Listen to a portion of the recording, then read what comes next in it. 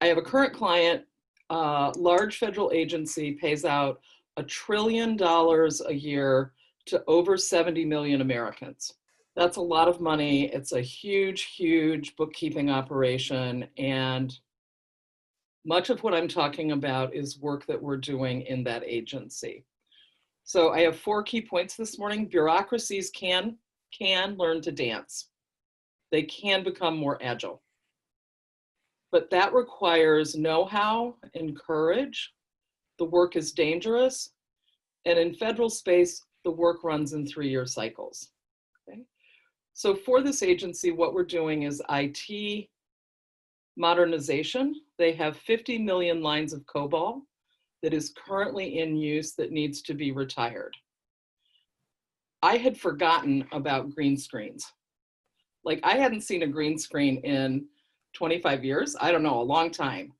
And that's basically what the agency is running off of. We are now running 40 some agile product teams, and we are trying to help the agency shift from waterfall to something that's more agile. So how are we doing that? So Jeff, if you want to, yeah, great. So the basic framing, and I'm going to go a little bit faster here. The basic framing is an S curve. We start at birth, the birth of Agile or the birth of some other initiative in the organization that grows and then it becomes mature. But there's, and if you go one more, and it looks like this, right? A mature forest, that's my metaphor this morning. It's beautiful, it's wonderful to walk in, but that's not the whole story. There's a neglected back loop to that S curve. And when systems reach maturity, right, well, you can't see if I point, but right at the apex, yep, there is an inevitable decline in performance. You reach peak performance culture, but it's very hard to sustain that. What happens is, as performance declines, bureaucracies often become fossilized and trapped. And what needs to happen on that neglected back loop is some creative destruction so that new ideas and initiatives can be innovated and pushed into the system for rebirth and regrowth. We can go on. Yeah, that's great. This is work originally done by Brenda Zimmerman and David Hurst and Hollings. There is a website, liberatingstructures.com, that you'll see in just a minute, where you can find more information about this. But basically, this is how it looks, right? Birth, maturity, yeah, and this is how it looks. No, that's great, Jeff, that's great. So here's a mature forest. So what are we looking at? We've got hardwood trees, very old. You've got some pine trees, not maybe so many, and a lot of debris on the forest floor. And it's lovely to walk there. And it turns out that it's not a very stable forest. And we learned that in 1988, if you go on, when Yellowstone caught on fire. That's a picture of Yellowstone. And I remember I was working for an environmental group, and the TV feed in my office came on, and that's what we saw. And people gathered around, and we literally wept because we thought we had lost this beloved national monument. One more. 2 years later, that's the same scene. What happened, right? What happened? The fire was so hot that the pine cones on the forest floor opened, dropped their seeds, reseeded new growth forest, and Yellowstone was rebirthing itself in the same way that our organizations can. So that picture gives me enormous hope. Both the stark, dead tree stumps and the new growth growing underneath them are both markers for how change happens. I think we can, yeah, great. Okay, so when we're in, there are 4 traps in the eco cycle. The one we're going to spend our time today talking about is the rigidity trap. What happens when an organization tries to hold on to its systems, its essence by not allowing creative destruction or innovation to happen. And they get rigid, they get brittle, and they get very, very flammable. There are three other traps. Sharon, if I could Yeah, jump please. in for a minute, Yeah. when I remember working inside an organization and asking people to think about the stuff that they're working on, um, and put each thing that they're working on a post-it note and then affix it someplace on this diagram. What happened mostly was a lot of post-it notes right here. The theory behind this model is it should be kind of equally spaced in all four quadrants, but there would be a huge grouping right around here, stuff that we've been doing and continue to be doing. And so, And Jeff, just to be clear, I didn't see your cursor was, I didn't see your cursor on the screen when you were saying right here, you were saying in this phase 2, is that right? Right, Yeah. where the arrow I see. is pointing. Thanks. So, some of that stuff has reached its natural end point. Like, not only do we not need to be doing it anymore, it needs to be stopped so that we can create space for something new. And it may be like sucking resources and time out of the organization at this point. There's I didn't put it in this deck, but I can send it. There's a Bureau of Labor Statistics chart that shows healthcare workforce growth. The growth in clinicians or physicians is about 300% over the last 25 years. The growth in administrators, anybody want to take a guess? 1,000%. Just slightly under 3,000%. Oh my gosh. Slightly under 3,000%. That's the US Federal Bureau of Labor Statistics reporting. That tells me, that's an indicator that we have a healthcare system that may be caught in a rigidity trap, right? Those are the kinds of markers that you might be looking for. Yeah, and one of the other markers is the meeting on your schedule that comes up every 2 to 3 months, that you go and people give the most recent statistics, and you say at the end of that hour, well, that's another hour I'm not getting back in my life, or something like that. That's probably something that's stuck in this rigidity trap. Yeah. Okay, so there are three other traps. I said that I worked in the nonprofit community for about 20 years. I know all about living with poverty traps. We have a million great ideas, but we don't really have the funding or the ability to create a narrow enough focus to drive real change on any 2 or 3 of them. And so none of them ever really take off. You see this less often in large organizations, but in innovation groups or skunk works, this is often a problem. We have to prune and hone our focus to actually move from innovation to real birth. And we'll go one more, Jeff. Okay. Having spent a lot of time in the nonprofit community, I know all about founder's syndrome. The system on the S-curve growth often becomes overly reliant on a charismatic individual or a small group of charismatic individuals. And one more. And despair. Often when we've engaged in creative destruction, we've reorganized a major department, we have overreached, we haven't left enough energy and erg in the system to propel the innovation forward, and people say, flavor of the week, right? same old, same old. That's just an expression of despair. We don't have enough energy to drive this. Excuse me.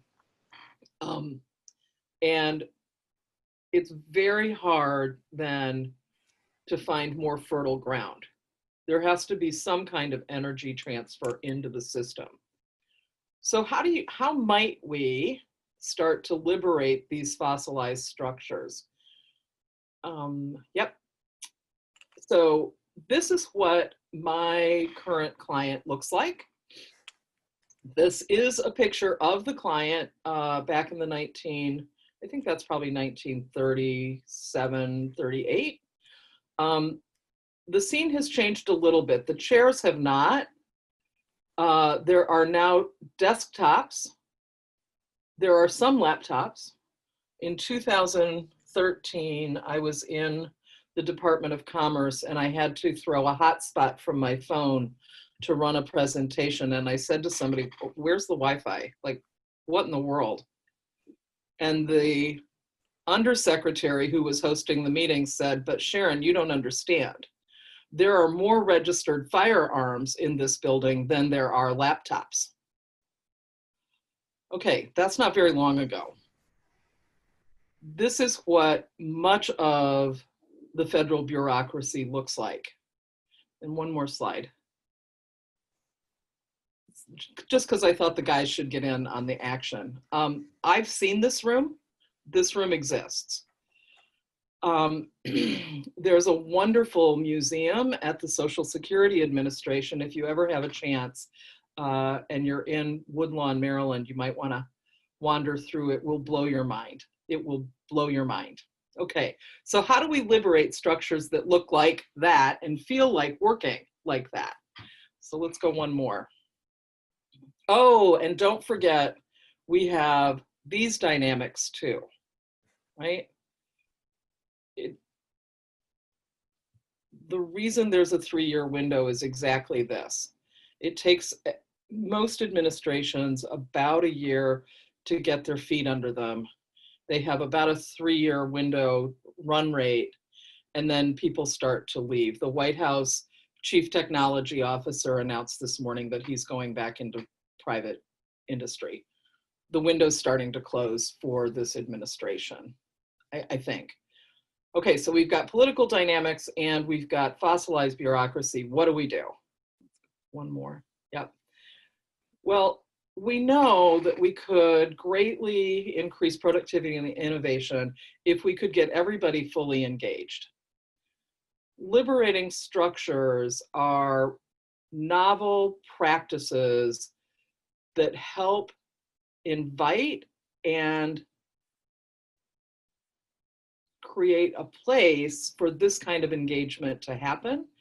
And it can happen with groups of any size. Jeff and I have done, I don't know, Jeff, what do you think the biggest group we've done? Kansas, maybe? Yeah. Yeah, 300, 500, I don't know. It was a lot of people. Mm-hmm. These structures can work with as few as 5 people and as many as 1,000. One of the designers of liberating structures is the graphic recorder, or was a graphic recorder for the Dalai Lama. And they used liberating structure approaches with groups of maybe 1,000. I wasn't there, but I heard it was pretty cool. Here's the thing about liberating structures. They distribute control to participants so that the participants get to shape the direction as actions become clear and emerge from the process. It is the big flip, right? Jeff, do you want to say anything about that? Well, first, this is part of when my brain exploded when I met Sharon. This is what was now allowed to enter, was that, well, just one quick story. One of the people that Sharon referred to as kind of the designer, owner of the liberating structures, I think this is the other guy.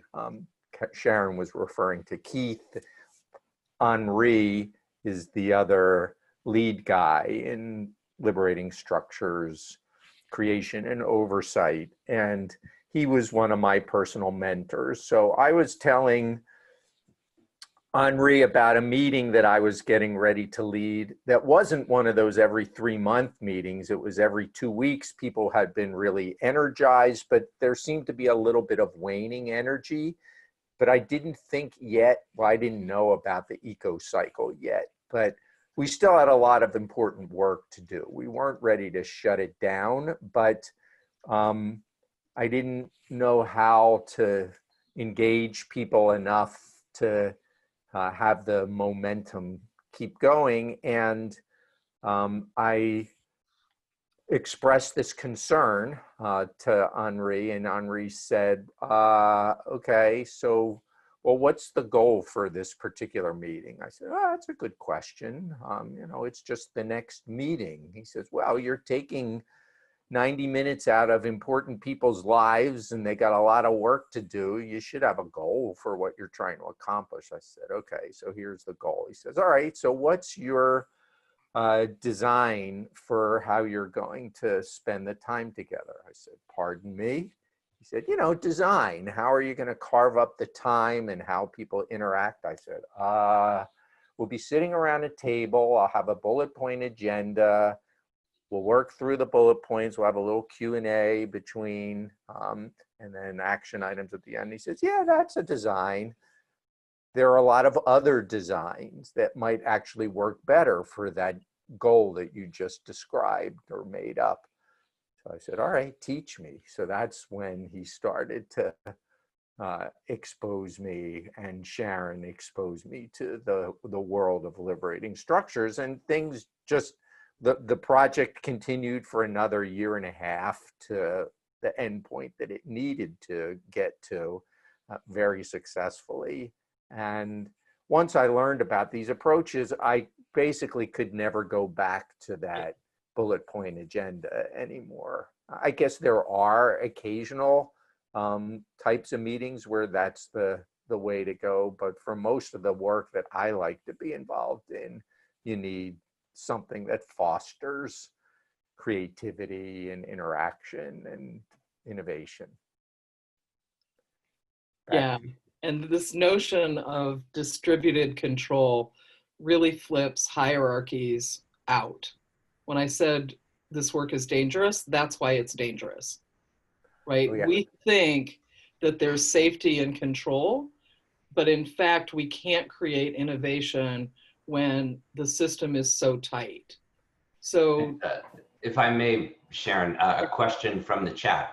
Jamie asked, how does this idea of innovation and the rebalance of control, how does that speak to maybe the efforts of some of the protesters that we've seen, and can that help give them a new language or create a message that government might understand?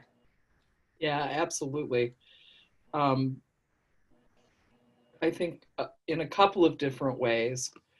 When we invite and include everyone at the table, you get wildly different outcomes. And for too long, we have not invited and included everyone. And we have especially not invited and included unusual suspects. So, Jeff, we're slightly off, but do you want to tell a story about an unusual suspect and what happened?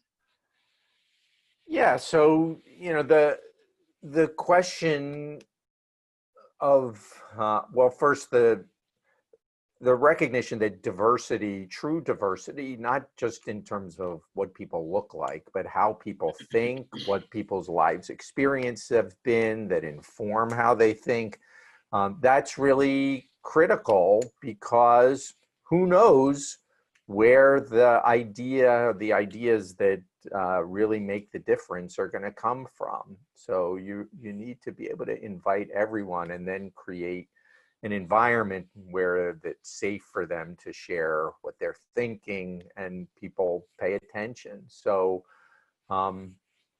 the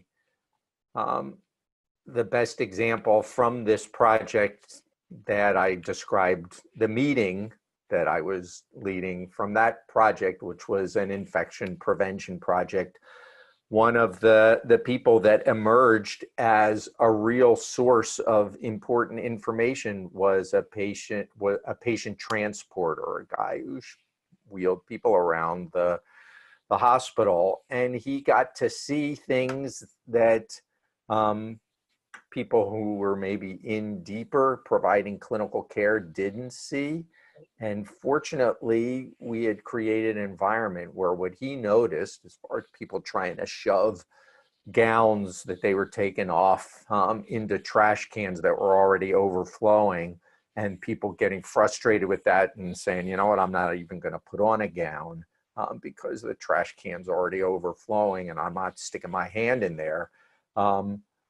He identified that as a problem and came up with a solution that then wound up spreading through the hospital and being noticed by outside media. And all of a sudden, his department, which was almost ready to be outsourced because it was thought to be at the bottom of the hierarchy of the organization and people that were lazy, they became recognized as the experts that they actually were, and tremendous surge in respect for them.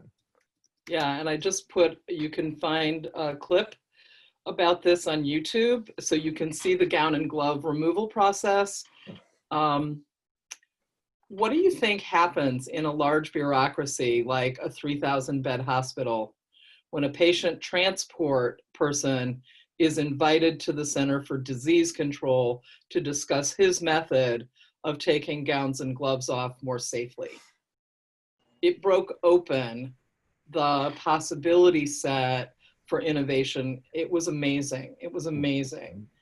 I thought it was a trick question. I thought you were going to say more meetings. No, there was real improvement. It was cool. So let's go just a couple more slides and then let's do these. Let's try one, okay? So a liberating structure is a micro process. It's a design that invites everybody in a system to fully engage using their best existing knowledge and thinking. What we're after are intractable problems. You know, we think we've got it solved. We throw a bunch of money at it. We throw a bunch of solutions at it, and it comes back in a different form.